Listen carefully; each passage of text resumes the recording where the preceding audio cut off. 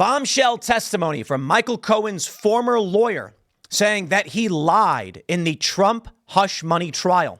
The story as it goes is that Donald Trump allegedly paid Stormy Daniels off to the tune of about $130,000 so that she wouldn't tell everybody they had an affair. He was worried it would damage his campaign. Well, as we're now learning, according to Michael Cohen's own lawyer, when he was facing legal troubles, Cohen said he had nothing on Trump. Trump had nothing to do with the payment to Stormy Daniels.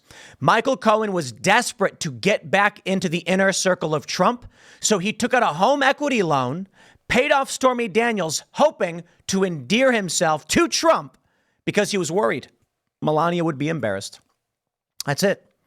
He said over and over again, I have nothing on Trump. This lawyer, and this is fascinating, this guy, Robert Costello, testifying under oath, saying, Michael, if you have anything on Trump, I will get you out of your legal troubles. And Michael says, I don't have anything on him. Absolutely remarkable.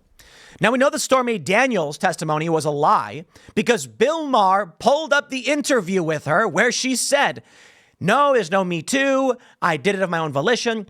He was just going to pay me off.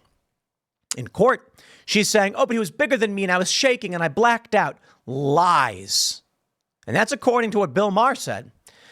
Now we have sworn testimony from Michael Cohen's former lawyer outright saying Michael Cohen is lying. Now, I can't say definitively it's proof positive, but I believe this is evidence beyond a reasonable doubt. A lawyer swearing under oath and testifying to Congress, Michael Cohen was trying to get into Trump's inner circle, took out a home equity loan, paid off Stormy Daniels, and then just billed Trump. Trump had no idea.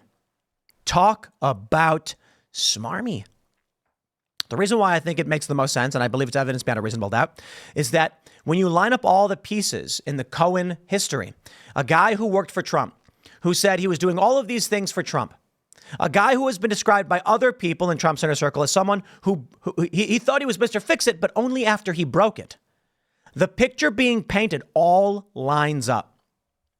Michael Cohen was trying to get in Trump's inner circle, was desperately trying to give Trump whatever, chasing after him, sees this opportunity with the Stormy Daniels thing and thinks to himself, this is it. I'm going to be a go-getter. I'm going to take care of this for Mr. Trump. He's going to hook me up. What happens? Donald Trump does not choose Cohen for his administration. Cohen is furious. The feds go after Cohen, desperate to get something on Trump, as this lawyer Costello is testifying. And then Cohen says, I'll say anything you want me to. And so here we are in their desperate attempt to get Trump. And I'll stress this too. It's not just about Cohen. It's about the fact there's no crime here to begin with. So when you add all these pieces together, it really does look like Michael Cohen is lying. I would say beyond a reasonable doubt, lies, because there's no crime anyway. Yo, this is an amazing story. Let's switch over here to Town Hall. Washington Times, of course, reported Michael Cohen's former lawyer accused him of lying on the stand about payment to Stormy Daniels. But there's one special tidbit in the Town Hall article I think is important, and it's their opening line. Michael Cohen's former attorney, Robert Costello, testified under oath on Wednesday that former President Donald Trump had nothing to do with hush money payment made to Stormy Daniels, and it was all Cohen's idea. Costello, who advised Cohen after he was slapped with federal charges in 2018, detailed to the House Judiciary Select Subcommittee on the weaponization of the federal government conversations that took place that year when he claimed Cohen was suicidal and desperately looking for an escape route out of his legal problems. Costello made clear he can relay their conversation because Cohen waived the attorney-client privilege. Quote, I swear to God, I don't have anything on Donald Trump, Cohen told him at the time. This is amazing. We do have the video. I want to play this video here. It's a couple minutes long, so you can hear it straight from Robert Costello himself. And let's play. He didn't believe the allegation of the Stormy Daniels story, that he thought the story would be embarrassing for Trump and especially for Melania, so he decided he would take care of it himself. Absolutely. And that is contrary to what this guy testified to in court in New York yesterday. Well, and what's not being talked about is your next paragraph, like the reason and his motivation for that. So if you could just kind of walk through that for the committee. Yeah, obviously, when we started to talk about the NDAs, and this is the very first meeting at the Regency Hotel, when, by the way, Rudy Giuliani was not involved in representing Donald Trump at that time. Cohen testified that it was a conspiracy between Giuliani and Costello as of this date. Totally false. In any event, he also said that he didn't discuss the Stormy Daniels matter with us, and he certainly did. I specifically asked him because he kept on going back saying, I can't believe they're trying to put me in jail for these NDAs. So I said, Michael, tell me about the NDA. Tell me about Stormy Daniels. What did you do? He said, I got a call from a lawyer representing Stormy Daniels who represented that she was going to testify that Donald Trump had sex with Stormy Daniels.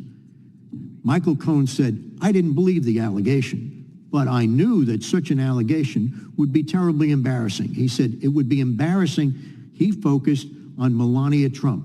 He said, I didn't want to embarrass Melania Trump. He said, that's why I decided to take care of this on my own. Right. I went back to that several times. You did this on your own? On my own. Did Donald Trump have anything to do with it? No. Did you get the money from Donald Trump? No. From any of his organizations? No. From anybody connected to Donald Trump? No. Where did you get the money? I took out a HELOC loan against my property. I said, why would you do that? He said, I didn't want anybody to know where I got this money. I didn't want Melania to know. I didn't want my own wife to know because she's in charge, he said, of the Cohen family finances. He said, if she saw money coming out of my account, she'd ask me 100 questions, and I didn't want to answer any of them. It was clear after talking to him for several days after that, whenever we talked on the phone or in my office, that he kept on bringing up the subject that he felt he was betrayed by. So he felt he was betrayed by Donald Trump. I don't know what he was going to say, but that is true of Cohen. He thought Trump was going to give him a job. He thought he was going to be in the administration. He wasn't. And so now it's Cohen's revenge. Or actually, it could be much more simple than that. Now it's Cohen saying, I don't care. I just don't want to be in trouble anymore. And when the government is weaponized by Biden and these other individuals, they go after someone like Cohen. He says, I'll tell you whatever you want to hear. Just go easy on me. Take a look at this. This is, I believe, the Costello testimony. He says, I advised him that the SDNY thought he had committed crimes that he might have evidence they could use for a prosecution of President Trump.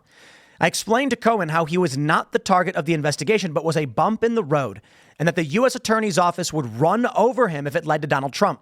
I explained that if Cohen had truthful information that would implicate Donald Trump, I could get him out of his legal troubles by the end of the week if he cooperated against Donald Trump. I emphasized that any information Cohen could give would have to be truthful, otherwise it was useless. I did this numerous times during our first 2-hour meeting. Each time Cohen said to me, I swear to God, Bob, I don't have anything on Donald Trump. Cohen must have said this at least 10 times because I kept coming back to it from different perspectives.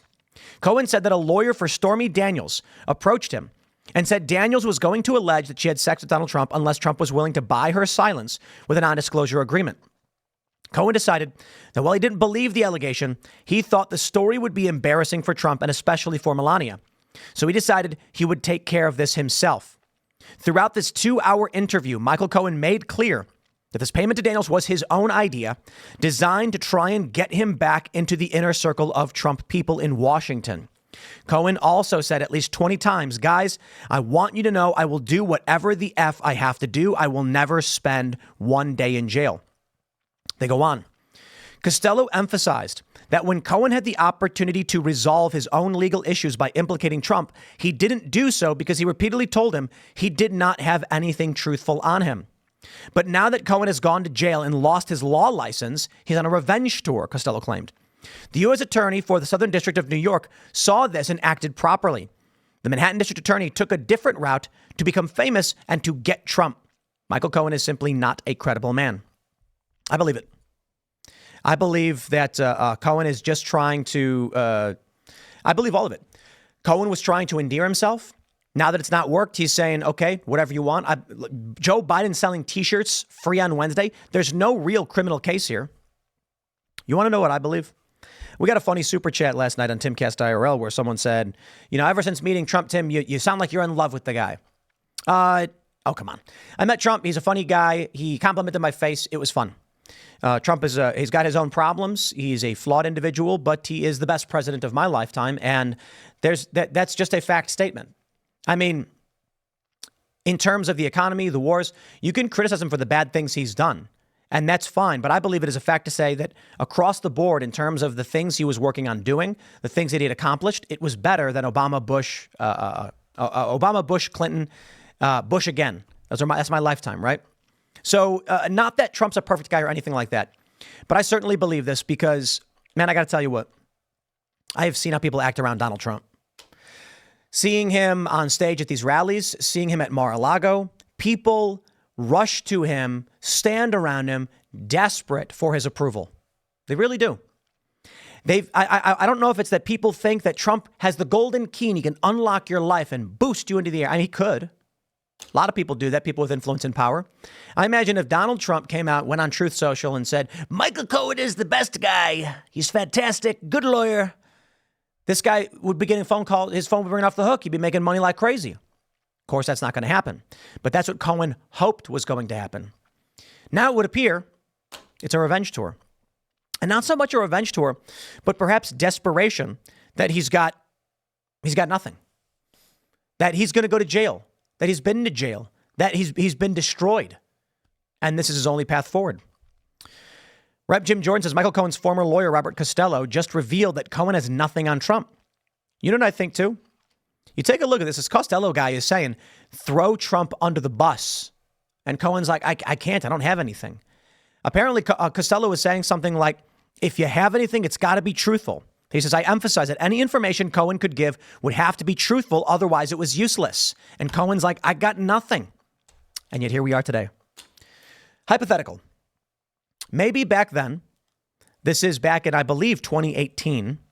Let me see if we have this. I believe it was, he represented him from April to July of 2018. Maybe the story is this. Cohen, hoping that Trump would give him a pardon and protect him, refused to say anything bad about the guy. It's a possibility. I'm not going to, I think it's silly to ignore these other potentials, but I think it's silly. Looking at who Cohen is and looking at what he's doing now, sorry, I don't buy it. Cohen comes off as a guy who is trying to protect himself and is this bad fart that follows Trump around, hoping that Trump will give him breadcrumbs. Or how about he's a pigeon walking around and hoping that Trump's going to throw breadcrumbs at him or something. That's what Cohen comes off as. Not as a guy who is trying to be loyal and protect Donald Trump. You take a look at his actions now. Nah, I don't believe it. I think what we're seeing right now with Costello basically saying, throw him under the bus. Cohen refusing to do it. That's exactly who Cohen is. Now, here's the crazy part of this whole story. NBC News reports Michael Cohen's testimony likely caps the prosecution's case in the Trump hush money trial. Prosecutors have said Cohen, Trump's former lawyer, is their final witness. It's unclear whether Trump will testify in his own defense. That's it? That's it? Wow. A couple weeks ago, as we're looking at this Trump trial, and we know there's no crime here. I mean, look, guys, it's wild. I think Trump is the right choice for president. I don't think that's bias. I mean, to a certain degree, perhaps, but you take a look at where independents stand on Donald Trump. You take a look at the economy, and it's just an issue of you don't have to like the guy. Trump is not a perfect guy. He's funny. People love the guy, and people hate the guy, but he's the right choice.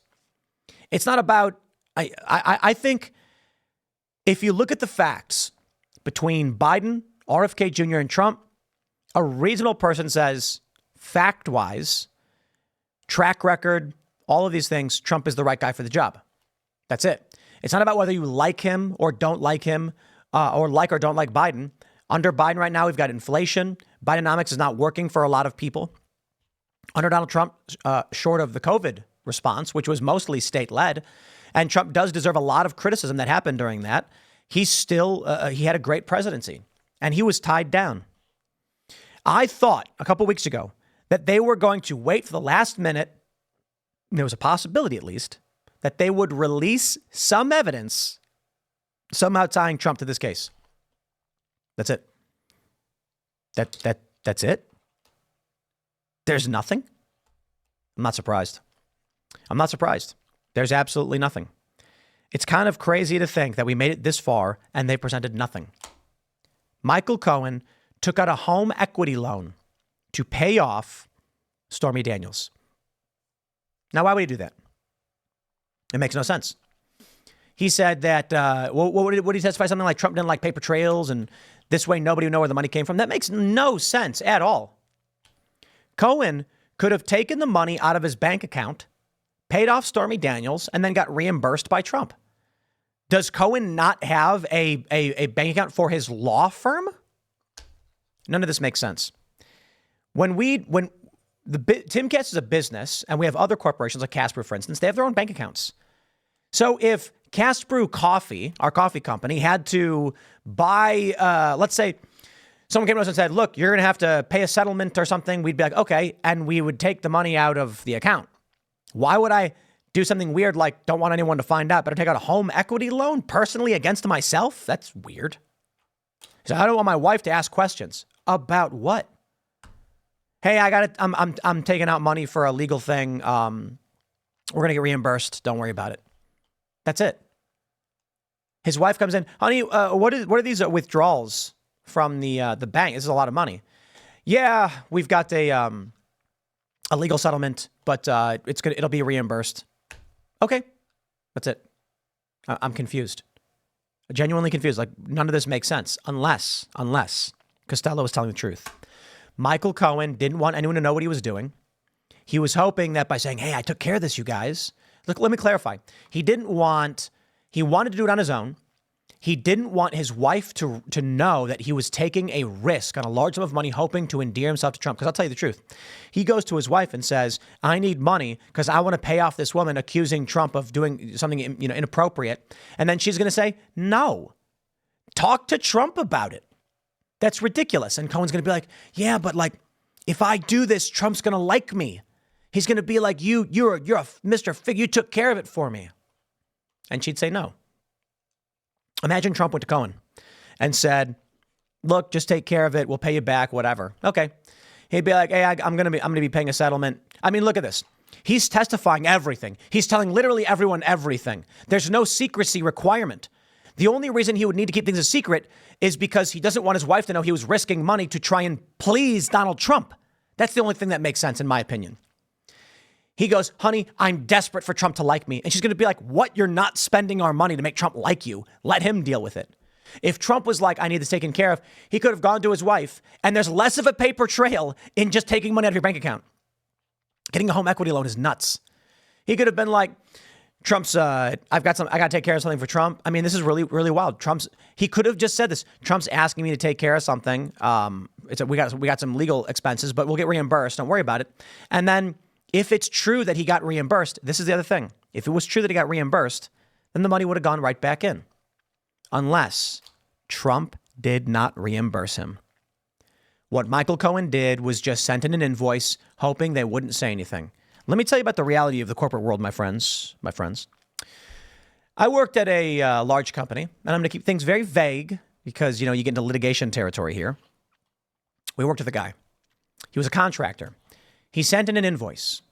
I said, hey, we really want to work with this guy. He's fantastic. We'll do 3 months. That was it. He worked with me for a few months. We got along great. He's a good dude. And then that's it. 3 months went by, and I was like, thanks for working. I'll see you next time. A year later, I got asked by corporate, how is the project with this guy going? And I was like, we wrapped that up 9 months ago. And they were like, what do you mean you wrapped it up 9 months ago? And I was like, yeah, we haven't worked on anything in 9 months. Why? And they're like, he's still invoicing us. And I was just like, and you're paying it? That's the corporate world. It is fairly common when dealing with large corporations, vendors, contractors will try to push through an invoice and go, whoopsie, because big corporations don't notice and typically, sometimes I should say, will pay them out. So here's what I see. Cohen didn't want Trump to know what he did. He didn't want his wife to know the risk he was taking. He knew if he went to Trump and said, pay her off and I'll deal with it, Trump would have said, no, I'm not giving that woman money. Here's the crazy thing. Trump strikes me as the kind of guy who would be like, she's not getting a penny from me for her lies. Not the kind of guy who's going to be like, give her whatever she wants. I just wanted to go away. I think it makes sense that Cohen was like, I'll make it go away. And then what he does is he takes out a home equity loan. He pays her off. And then he just sends in a bland invoice to the Trump administration saying, like, here's your legal bills for the month. Let me tell you, lawyers. I get an invoice from a lawyer. It's just got hours listed. I don't know the nitty gritty of everything they're doing. It's just the hours listed. That's it. It's pretty wild that we're actually at this point. Now, of course, don't forget, Bill Maher already proved Stormy Daniels was a liar. He played this interview with her where she's basically contradicting everything she's saying. But here's the point of what they're doing. This is from just a couple days ago, Yahoo News. YouGov poll, with Trump's trial underway, most Americans now believe he falsified records to hide hush money payment. If the jury agrees, Trump could become the first former U.S. president convicted of a felony. It's not a question of if the jury agrees. It's a question of whether the jury is terrified or not. They've proven nothing. There's no crime. What are they going to ask the jury to find evidence in regards to? Did Trump commit a crime that's beyond the statute of limitations that's supposed to be a misdemeanor, but based on federal charges we don't have the jurisdiction to pursue, he committed a crime? What a weird, weird world. Here we go, ladies and gentlemen. You got even Mitt Romney. This guy, what a scumbag.